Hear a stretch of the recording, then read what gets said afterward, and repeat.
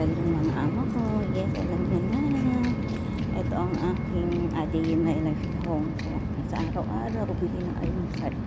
Bihira akong magluto. And then today weather is mainit. Yan po ang weather natin Hong Kong. Mainit tapos uulan. Hindi mo masabi. Parang sa atin din sa Pinas.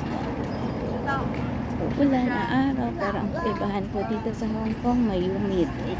So yung init, alinsangan, hindi nawawala kahit mo siya ay maulan ng panahon. Dahil siguro, mostly building dito sa Hong Kong, walang tulad sa atin ng mga puno talaga na magbibigay ng lamig kapag umuulan. So yan po, ang weather na dito sa Hong Kong ay mainit.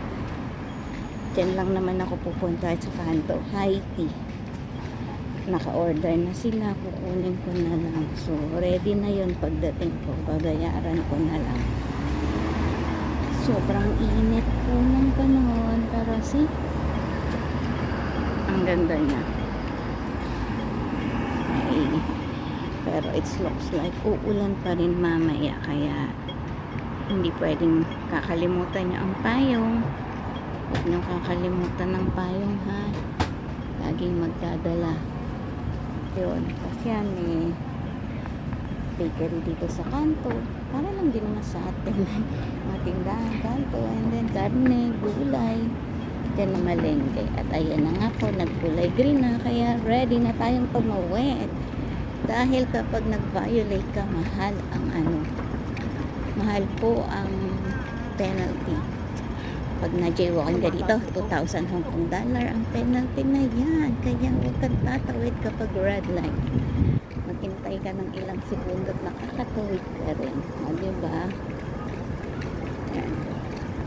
Wait na tayo. So, mag-wait na lang po ang inyong kunyang order ng amo ko. Yan. Sobrang init. Anong oras pa lang? Time check natin 8:47, pero ang weather ay sobrang init na po. So, na po ulan. So, ingat-ingat po sa mga lalabas. At may pulis. Yan po. Ayan yung aking lugar dito sa Hong Kong. Diba?